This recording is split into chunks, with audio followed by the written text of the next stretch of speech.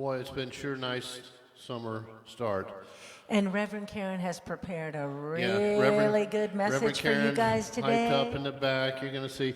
So we're going to start this song with "This Is the Day." Everybody feel free to rise and stand with us and join and in. sing. Let me hear you.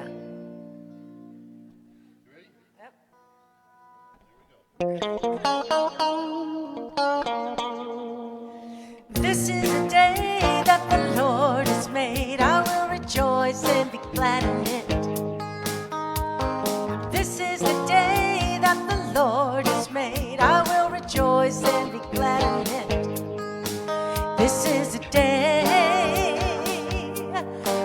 to be seized, yeah. A day I can feel my spirit set free. Yes, this is the day. It's time to fly higher and high up in the sky. This is the day that the Lord has made. I will rejoice and be glad in it. This is the day that the Lord has made. I will rejoice and be glad in it. This is the day all my dreams come true. Feel the Spirit working its way through. Yes, this is the day. It's time to fly higher and high up in the sky. This is the day that the Lord has made. I will rejoice and be glad in it. This is the day that the Lord has made. I will rejoice and be glad in it.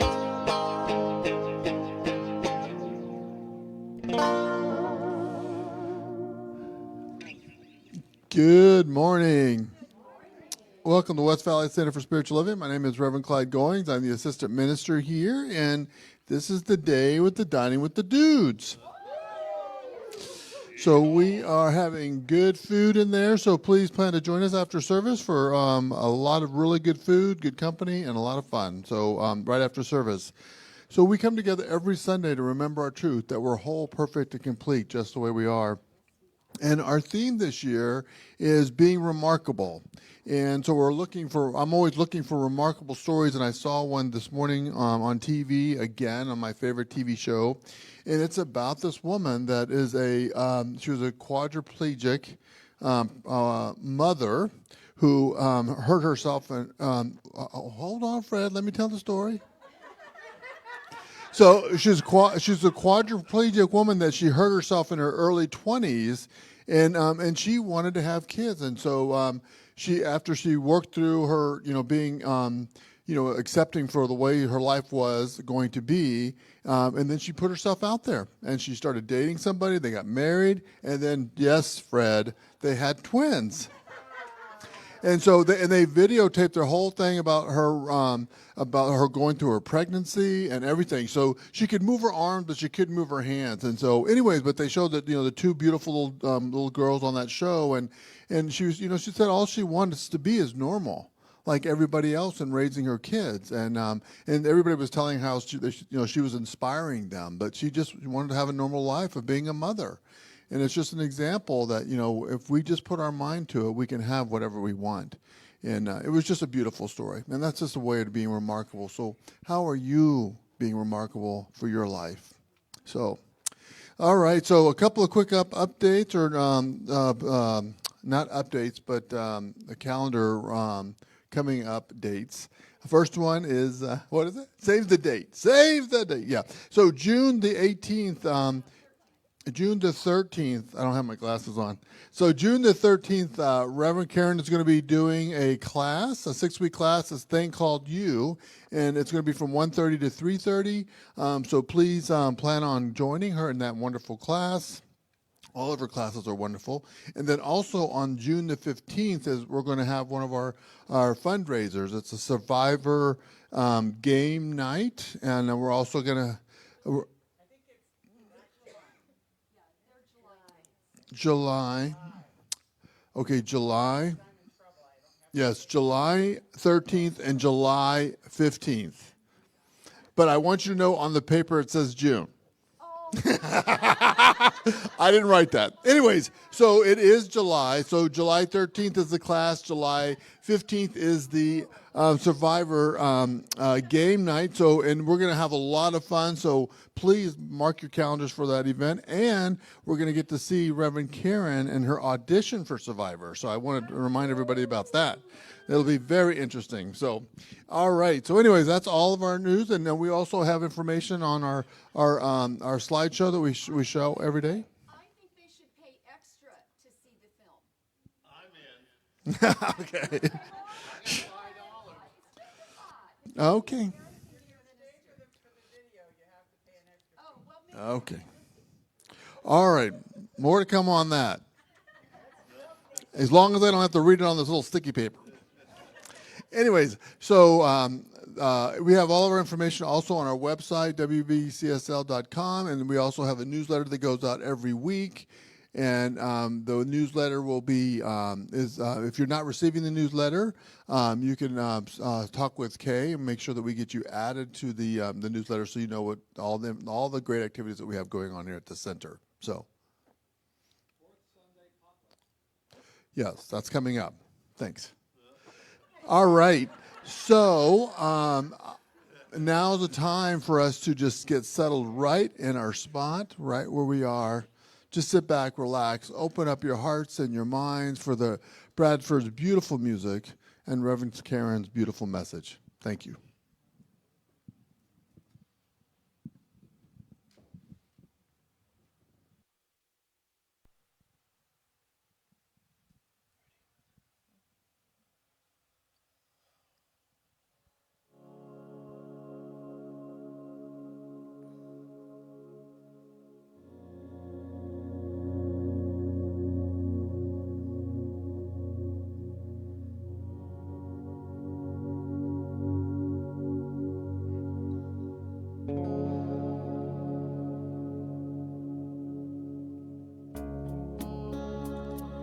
So just take a deep breath. Release any concerns you may have as we go within.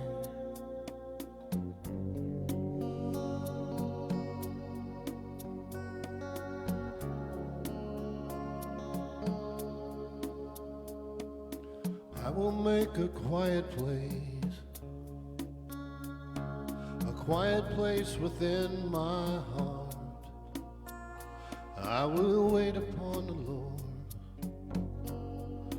wait upon the Lord. Be still, my soul, be still.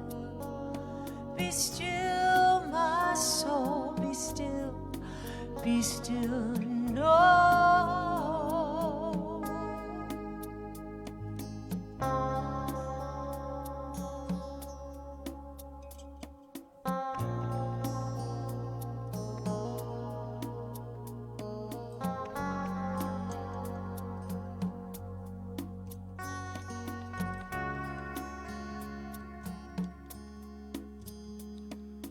I will make a quiet place within my mind. I will wait upon the Lord, wait upon the Lord. Be still, my soul, be still. Be still, my soul, be still. Be still, no.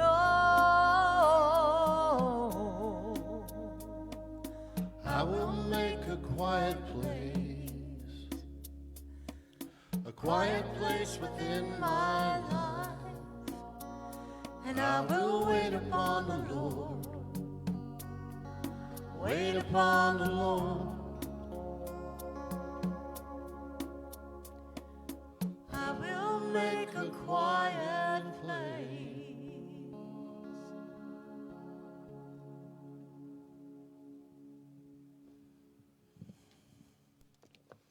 And in this quiet place, this sacred space that is all essence, love, joy, beauty, light, health,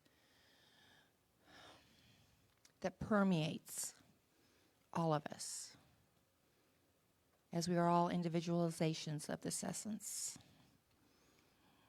each of us with our own gifts that we show forth. And I'd like to say a word of blessings for the Bradfords and their wonderful music that always touches our souls, that brings us together. And a word of blessing for Reverend Karen and her absolutely perfect killer message today. Not my words, but it works. God's words. God always works. Knowing this service is absolutely perfect just the way it is, and it unfolds just the way it's supposed to, I just release it into the law knowing it is done. And together we say, and so it is. I found a new book. It's called The Philosophy of Jesus by Ernest Holmes. I'd never heard of it before, but I got it. I found it, and I said, okay, got to go to my library. So I was reading it, and I always read the back of books first. Don't ask. I don't care what book it is. I always read the last of the book. If I don't like the last of the book, I don't read the book. I've always done that. I don't know why. But anyway, so the back of this book has a couple of paragraphs that I thought was really fitting for today, I think. If our search for God happily results in our finding God, everyone around us will soon discover this fact. If our search for happiness makes us happy without robbing others, everyone we contact will be exposed to this happiness. It will become contagious. If our search is for love and we find it, we will become lovable, and those around us will love us because we have first loved them. If our search for security finally leads us to the place where we are no longer afraid, everyone who contacts us will be lifted up because of our faith. They will be strengthened because of our strength, and they will feel secure in our security.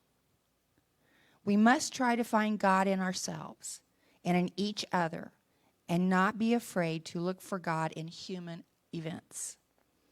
Just as surely as we do this, we will find God. Ask, and it shall be given to you. Seek, and you shall find. Knock, and it shall be opened unto you. Awesome words to think about. And so it is.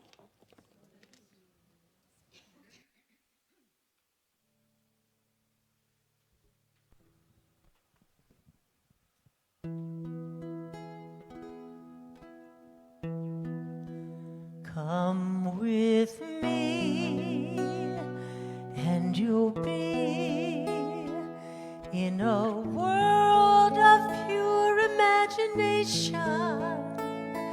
Take a look, and you'll see into your imagination.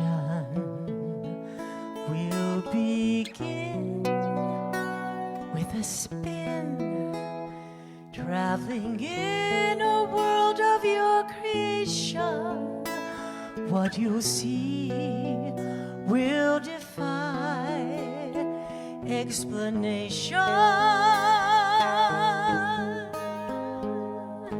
If you want to view paradise, simply look around and view it.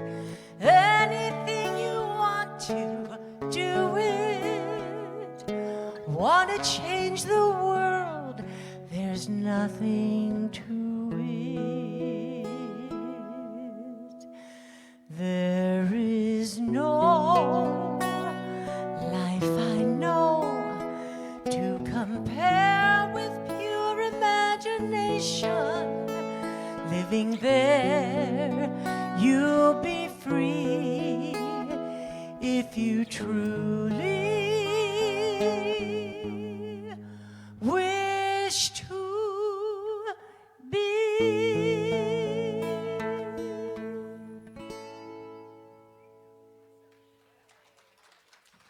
Really beautiful. Oh, I loved that. Thank you.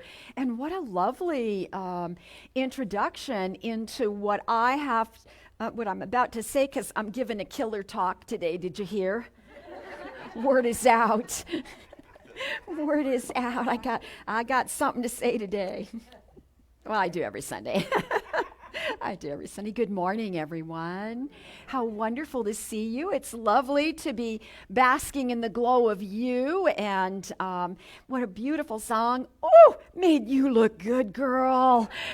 That was a really lovely song for you to do and familiar to so many of us. We love that. And it's exactly what I want to say. Between the reading and the music, we have a complete expression of the message that I have been eager to share with you today. The title of my message, hang on, this is really funny.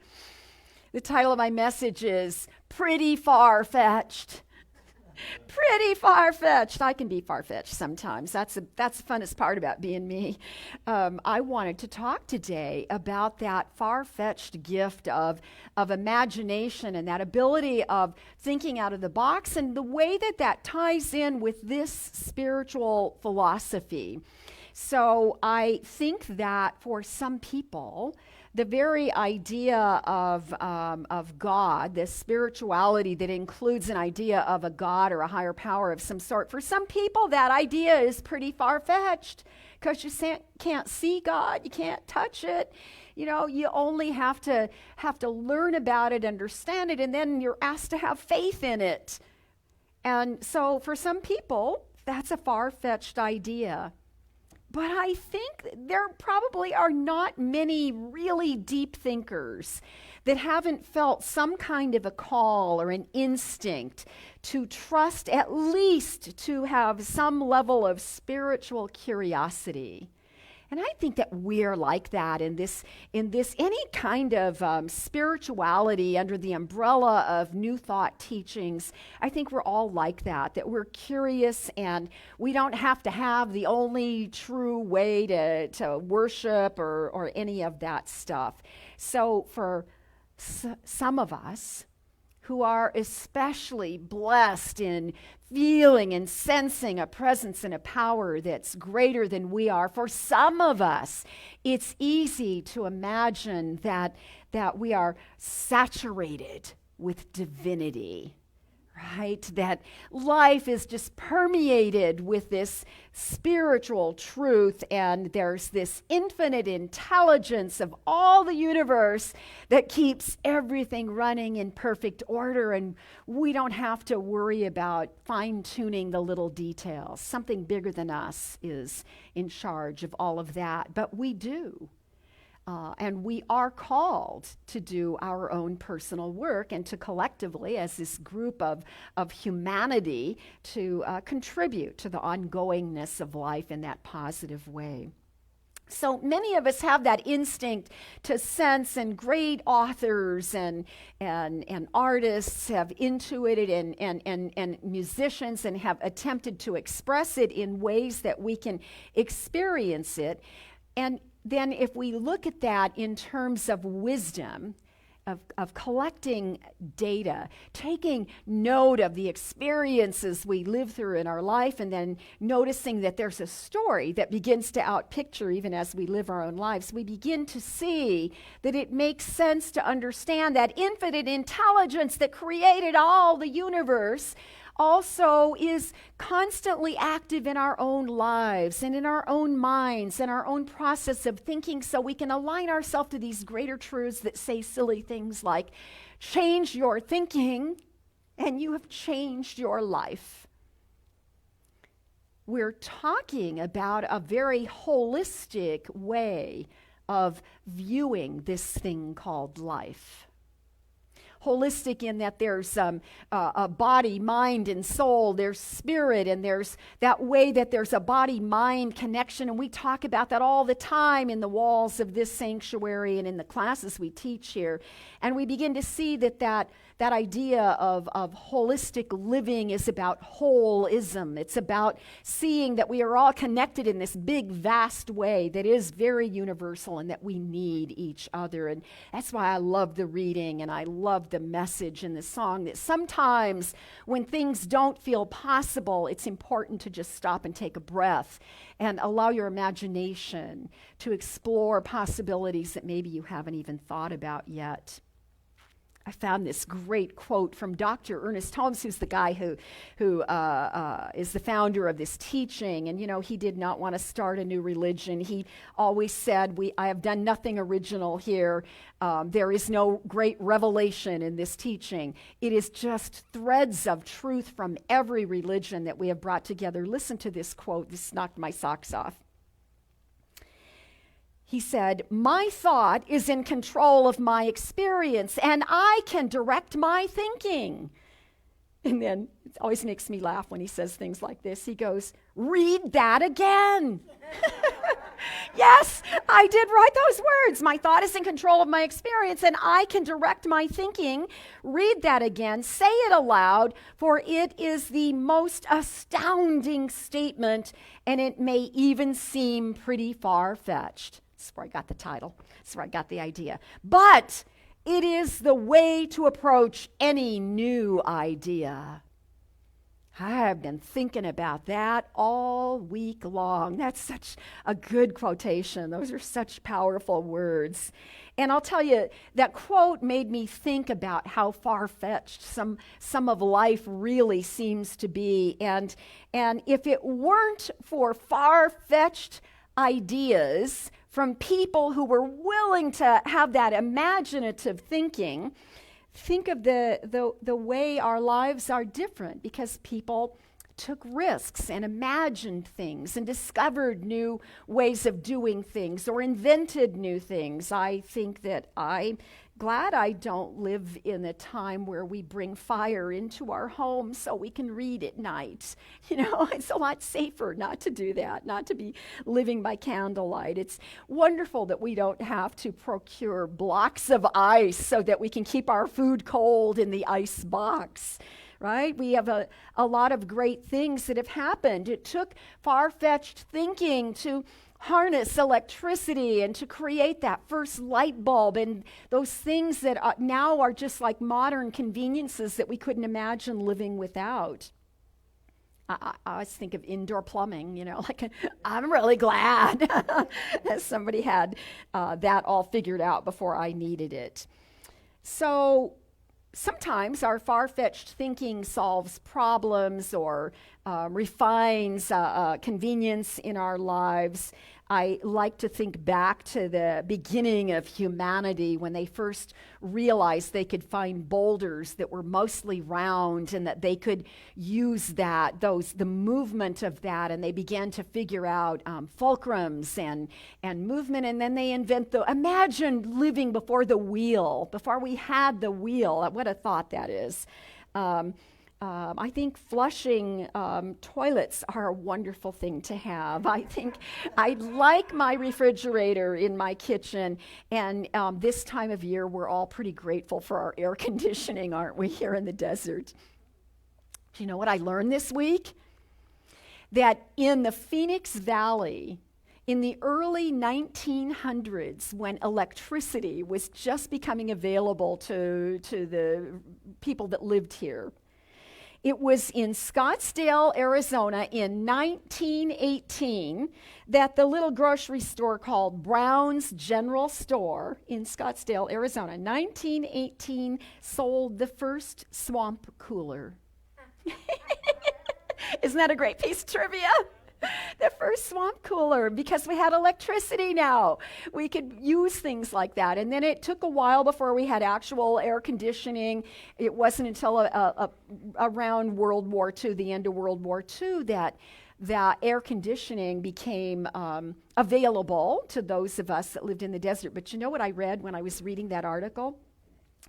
That before that, because people have lived in this valley for thousands of years, before all of those conveniences, people would either live in their humble homes or they lived in tents, and they would literally not sleep inside enclosed areas in the summertime because they were just aching for any kind of movement of air. Can you imagine? No. Sometimes at nighttime it stays pretty hot around here. And that they would sleep out under the stars on these metal cots. And the legs of the cots they would put the iron legs of the cots in cans of water so that the ants and the scorpions didn't chew on you at night while you were sleeping. So we've come a long way. Thanks to some far-fetched thinking, some really wonderful ideas. So it's great to know that thinking is a great gift, that wondering and imagining and stretching what we believe, these are gifts that bring great reward, but that thinking can also be used negatively. So we pay attention to that so that we're bringing more positivity into our lives in an intentional way. One of the things that has required some pretty far-fetched thinking for many people in the last couple of decades is spirituality. You know, it's not a surprise to you, I'm sure, that people are leaving organized religion. Hordes of people are no longer attending church. One statistic said 50,000 people a day decide not to go back to church. And because of that, when I think of, I wasn't raised in a real religious home, but imagine, I know that many of you were, and I imagine that it would be pretty hard to turn your back on the religious traditions of your childhood, or at least what grandma wants you to do the right thing so she can make sure you're there in heaven with her. And more and more these days, people are less attached to those theories. And so I mentioned a couple weeks ago that they have officially declared we are living now in a post-Christian era. You know what that means? I know, it's big stuff, right? You must not have been here a couple weeks ago when I said that, because we all did the same thing then. Because that's a big statement. When they do polls, we have always had a majority who claim they are connected to Christianity in one way or another, and that is no longer true. And in part, the biggest part is because people are leaving religion. People are, it's not that people don't believe in God anymore. It's not even that people don't believe Jesus lived historically and brought us some value. It has nothing to do with any of that. In a recent poll, I just found this week. This poll was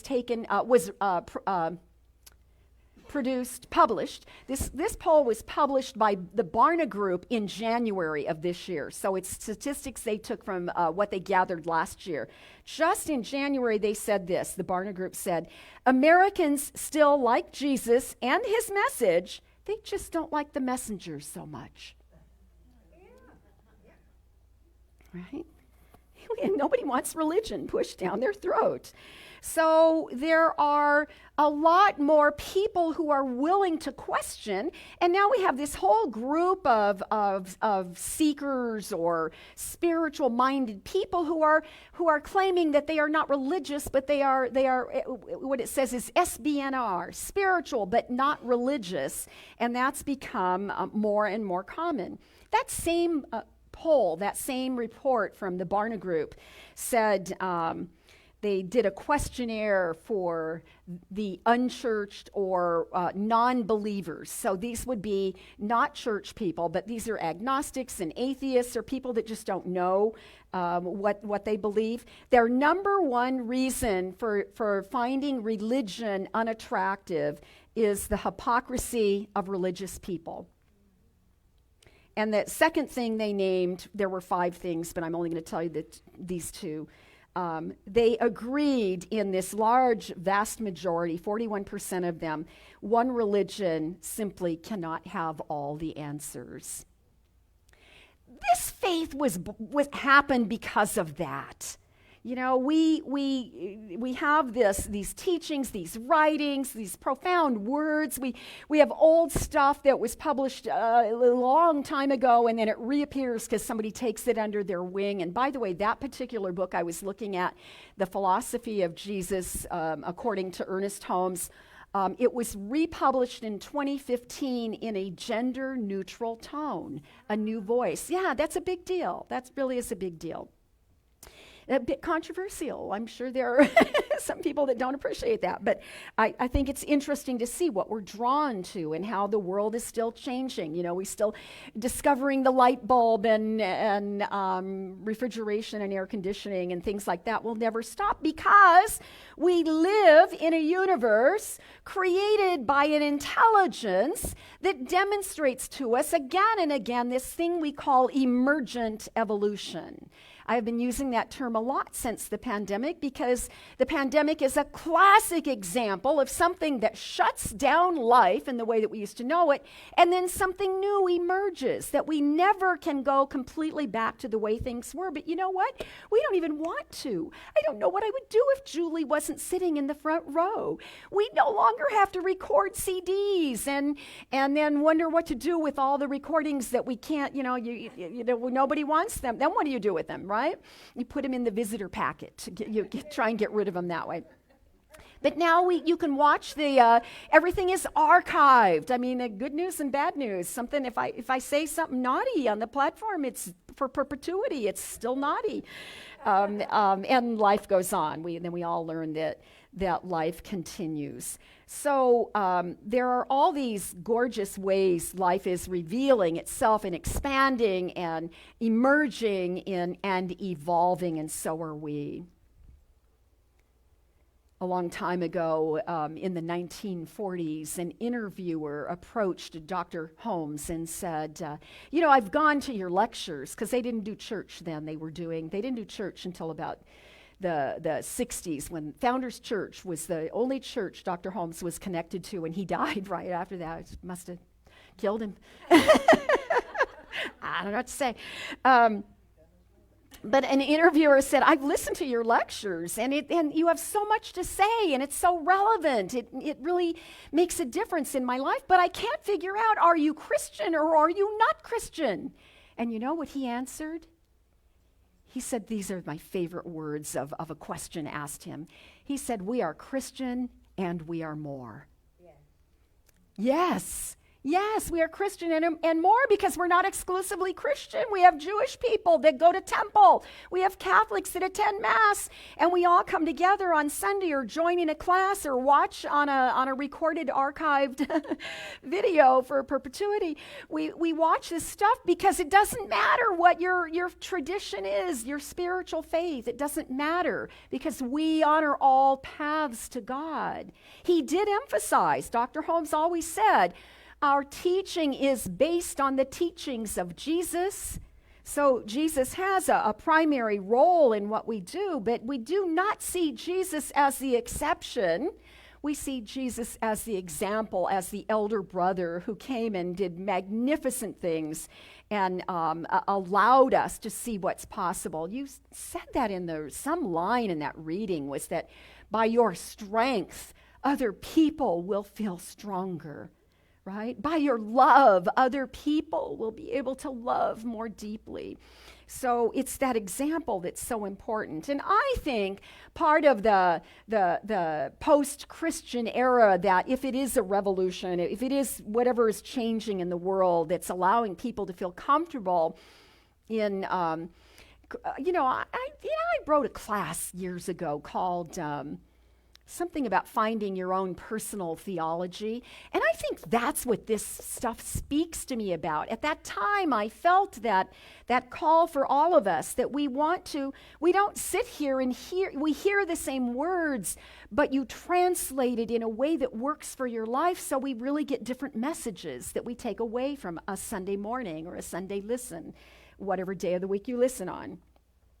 So people are waking up to that truth that we don't need a single faith where everybody believes the same thing. That would be boring.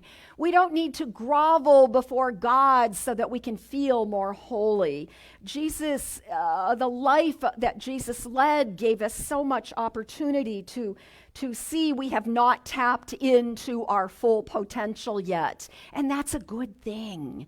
There's always more, right? We are Christian and we are more. We are spiritual and we are more. And tomorrow more will have a different meaning.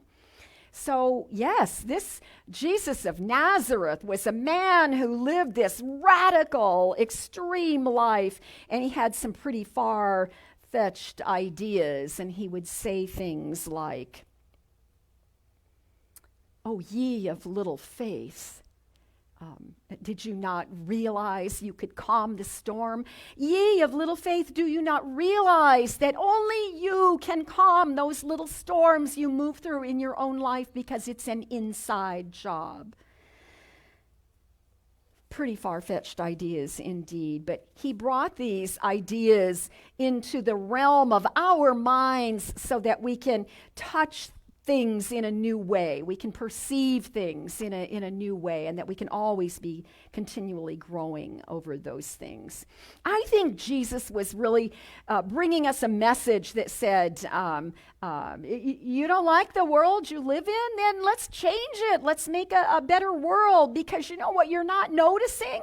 You're looking at all these problems. You're judging by appearance, and you're missing the fact that heaven is here now. How can we then embody that? We embody that by changing our mind. I think that was the core message. And I know it's a far-fetched thought because it sounds too simple, because it is too simple. But reminding ourselves again and again that we can change our minds, I think it's just a gorgeous reminder, a reminder. So we don't count our miseries. We don't take pride in sitting around and talking about how awful our lives were. We're encouraged to count our blessings instead, and that's where we see big change. And I believe that one of the most important things I want to say this morning is this: that ability to change your mind is a God-given gift. It's a God-given gift. We live in a universe that is constantly changing, right? With chaos and complexity, things break apart, and then some intelligence in the universe is constantly reordering, restructuring things so that life can bloom again. It's just the nature of life. We are always, think about your own home. We are always establishing new order, right? I don't know about you, but I have to clean my stuff up every day. I don't have to, but the days that I skip and don't make for a bigger mess at the end of the week, right? So you try and do a little as you go, and it's a lot easier when you live alone, it turns out. I didn't used to know that. I know that now. Oh. Yeah, I think there's a powerful message in the gospel. The good news is look around. Look around you. There are all sorts of possibilities you have not yet recognized. There's more to life than meets the eye. It's like so many of the parables that involve Jesus. He didn't give answers, he gave questions, He would say, quit trying to make sense out of things that don't make sense. You're asking the wrong questions. Look for the blessings. Look for heaven. Beauty is everywhere present. God is right where you are. And even as I do these things that you call miraculous, even as I do these things, so too will you do these things. In fact, you will do more. Because there is always more.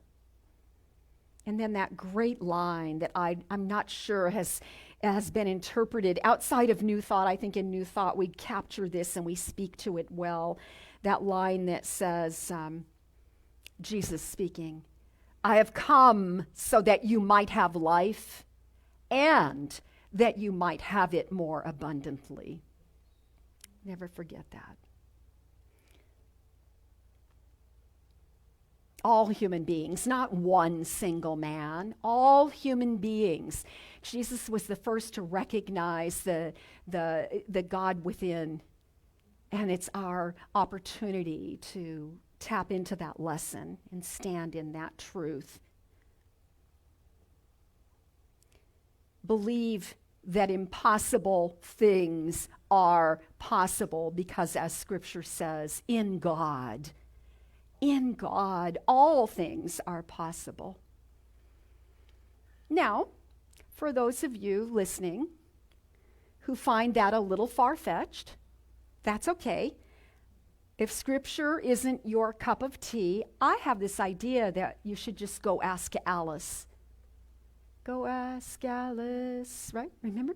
In the 60s, come on, go ask Alice, because Alice in Wonderland, and in fact, almost every childhood fable we've ever been told has the same series of themes and lessons in them. When we ask Alice, you notice that Alice in Wonderland was willing to re-examine everything from a very far-fetched perspective. And she brought lessons to us. She learned lessons about, well, there are unique ways you have to learn to deal with authority figures. She understood, or was given this opportunity to look at time from a very different frame of reference. She gave us lessons on growth and being open-minded in the way you think and move through this life, and it's certainly about transformation. But her lesson is a lesson in curiosity. Her imagination runs absolutely wild, and sometimes it's a little out there for us, but man, I love some of the recent remakes they've done of that movie because it's always been an old favorite of mine. Curiouser and curiouser. Don't you love those two words together? Oh, 3 words with and. But that's not my favorite line in the whole movie. My favorite line in the whole movie was spoken by the Queen of Hearts, and I'm rather fond of the Queen of Hearts. The Queen and... Oh, I do. Sometimes I dress up like her. I'm rather fond of the Queen of Hearts. When the Queen meets Alice, she asks, they're getting acquainted, and she says to Alice, "How old are you?" And Alice goes, "I'm 7 exactly." And the Queen says, No, dear, you can't say exactly after you tell your age. You have to say, nobody will believe you if you say that. She said, you have to do it like this. I, for instance, am 101 years, 5 months, and 1 day. And when she says that, then Alice interrupts her, and Alice goes, "I can't believe that." And the Queen then moves on to say that my most favorite line from the writings of Lewis Carroll, the Queen goes on to say, "You can't? Well, try again then. Draw in a nice long breath, shut your eyes," and Alice loses patience with her and scolds her, and she says, "There is no use in trying. One cannot believe impossible things," in which the Queen then says, "I dare say you haven't had much practice, dear. When I was your age, I always practiced imagining impossible things for at least a half an hour every day. Why, sometimes," and this is my favorite line, "I have believed as many as 6 impossible things before breakfast." Isn't that a great line? 6 impossible things before breakfast. I once bought a bracelet that had that engraved on it so that I would remember that. Isn't that good advice? I think it's actually good advice for ministers. Do you have something I need? I think you do. I think that the Queen is pontificating magnificent wisdom. Let me just unwrap this and then let you take that back with you. So this is my wand. This is my Queen of Hearts wand, and it is also the way I can do ministry, and because I'm ordained. So I have to have special powers, right? Because I'm ordained. So what I know is That I'm not the kind of queen that would go off with their heads, off with their heads. That's not the kind of queen I want to be. I want to be the kind of queen that has a magic wand and I can grant you whatever wishes you may have. I want to be able to help you to heal your ailments. Oh, there's more. I want to grant your wishes, heal your ailments, mend whatever's broken in your family relationships or other relationships. Yes, I want to use my ordained ministerial powers in the most positive way, but you know what? I don't need a magic wand to do that because my job isn't to heal you. My job is to convince you that you already have the power within you to do your own healing. O ye of little faith, you too can quiet the storms in your own life. So let's talk about that idea, 6 impossible things before breakfast. 6 impossible things before breakfast. I want you this week to take that as a challenge. I want you to take a day, and I want you, before you eat your breakfast, to pull out something to write on and think of the things you don't like to think about. The things that aren't working in your life, or the things in a bigger way that are seemingly impossible to cure in the way the world looks broken to us. And I want you to write down 6 things, maybe 3 for yourself and 3 for the world, I don't care. Or make a list of 6 for you and a 6 for the world, I don't care what it is. But I want you to write down 6 seemingly impossible things on a sheet of paper, and then I challenge you to give it to God. Surrender those ideas of anything as impossible into the hands of God and know that God's got it. I know it sounds pretty far-fetched, but let's do that. When was it in the 80s when we used to have God boxes? It was kind of fun. You'd have a God box and you'd write something down and you'd stuff it in the box, but then you don't look at it again. You give it to God and you let it be, but you rejoice when you realize that there's been a shift in that way. I don't think that the classic books from our childhood are classics on accident. I think there are ways that, emergent evolution is always showing us more as possible. Dr. Holmes said, evolution is the law of unfoldment. It is the way of freedom and and it is the way that individuality expresses. So we're always looking to express our individuality and our uniqueness because we are individualized creations of the divine. But let us not lose sight of the way that not only parables, but fairy tales and fables are outpicturing great universal truths. The reason they're classics is because they're relatable, because in an intuitive level we sense these bigger truths. Alice, I think when I was a child and I first was learning about Alice teaches me to reinterpret what I think are my problems. She invites me to think outside of the box, to stretch my mind, and not by the use of hallucinogens or not by harnessing any special powers that are outside of me, but by learning to use the natural spiritual principles of life that are available and attainable and usable by each and every one of us. And should one day you come back to me and say, Reverend Karen, I made that list just like you told me to, and I gave it to God, but it's simply impossible, then I will be happy to remind you, as the Queen of Hearts, I will remind you and say, I dare say, my dear, I dare say, you simply need more practice. That's what I wanted to say today.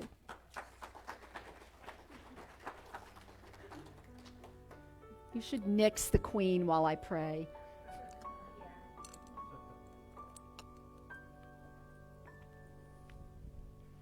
Thank you, Kendra. So take a nice deep breath. As the Queen would say, a deep breath, close your eyes, if you so choose. And just feel the atmosphere that we have created in this room. A mixture of laughter and fun and fairy tales, but with the substance of truth and possibility. Take a beautiful, holy, cleansing breath and allow yourself to be curiouser and curiouser of this thing called prayer.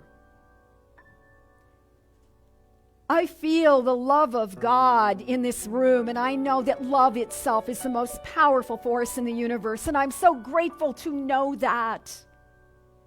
And this is not a far-fetched idea. It is a perfect truth that demonstrates the wholeness and the connection of all of life. We need each other, for we are never healed alone. Indeed, the strength of one teaches another of the strength within.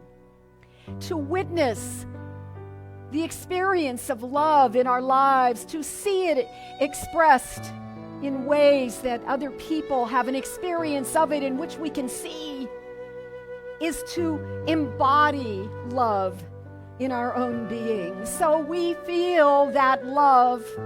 We allow it to quicken within us. And I recognize that this is the activity of life.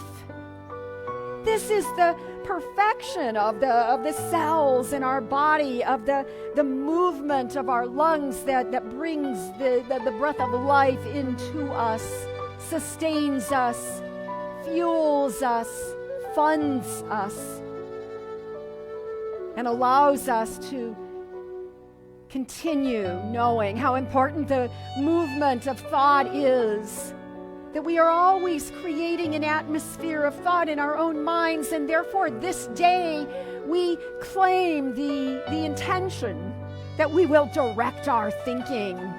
And yes, this is a profound thought. And it may even seem far-fetched, but we can direct our thoughts, and we can change our lives, and we can open ourselves to that higher guidance, to that divine truth in such a way that we shift the energy in our own being to a divine vibration where we reflect this mighty truth that we are saturated with divinity. We are filled and permeated with this God stuff that desires expression in our lives and on this planet. So there is a healing going on. I can feel it. I can sense the movement of the wholeness of God, of life. And I realize with that real vision, that real way of seeing and knowing, I realize that there are endless possibilities, and that it is our imagination that fuels what all is possible in our own experience of a life well lived. So we go and ask Alice, or we ask any of our favorite fairy tale characters. We allow ourselves to feel like Snow White on a spring day, and all the animals are just naturally drawn to us, for life is Twitter-pated as it is revived yet again, and we too are revived. So I say thank you, God. Thank you, God. Thank you, life. Thank you, infinite spirit, to realize these deep truths yet again, so that we might live vibrant, vital lives and be a gift to each other. We change our minds today again, and we will again tomorrow, for it is good. And in a deep sense of gratitude, I simply release the words of this prayer into that divine law that always responds affirmatively. Together we let it be, and we say, and so it is. Amen. Amen.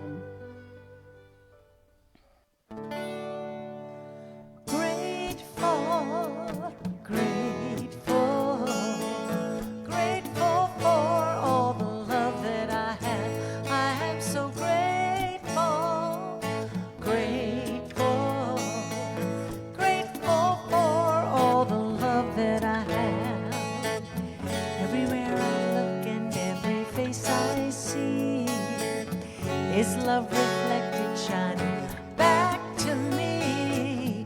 I just give thanks for all these simple things, the joy and peace that gratitude brings. That's why I'm grateful, grateful, grateful for all the love that I have. I am so grateful, grateful, grateful for all the love that I have. All right. Thank you, Kathy and Rod. We are grateful. So now's the time to celebrate the abundance of our lives and the abundance of our community. So reminding everybody that we are not passing around the offering plate, that we have drop boxes in the back of the back of the room, and we also have a drop box on the way to the goodies, the food. We're dining with the dudes, and we also have one in the bookstore. So we appreciate all your donations and tithes, so thank you very much. Also want to remind everybody that after service, if you would like to pray with the practitioner, you come right up here to the front, and the practitioner will be available for you for prayer to remember and remind you of your truth. So let's say our giving affirmation together. And then live in a consciousness of good. Divine love blesses and multiplies all that I am, all that I have, all that I give, and all that I receive. Thank you, God, and so it is.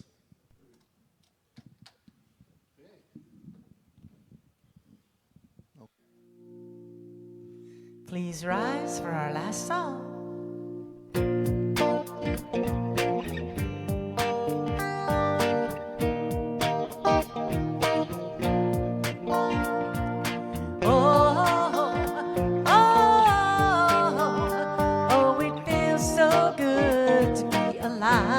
Sing that with me.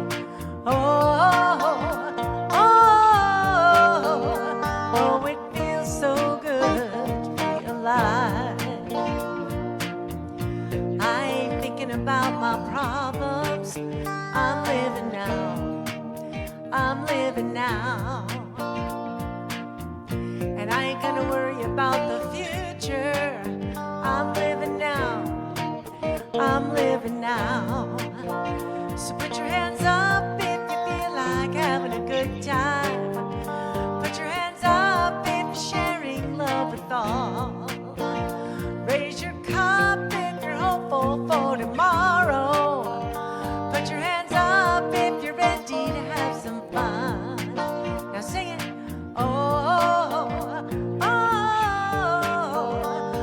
it feels so good to be alive.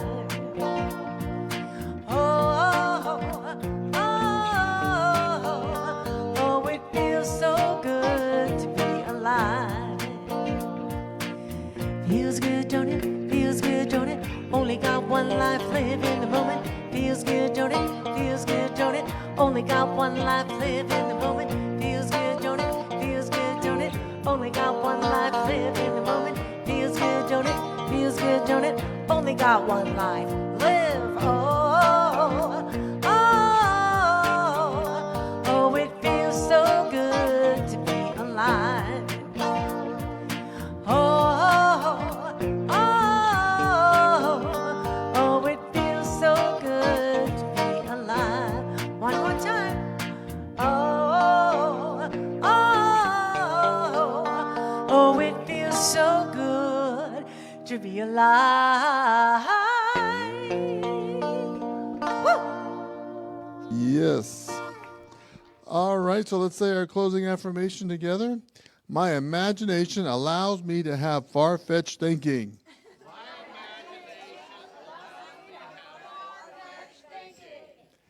And I get to choose the life I want to experience. And so it is. It wasn't that difficult.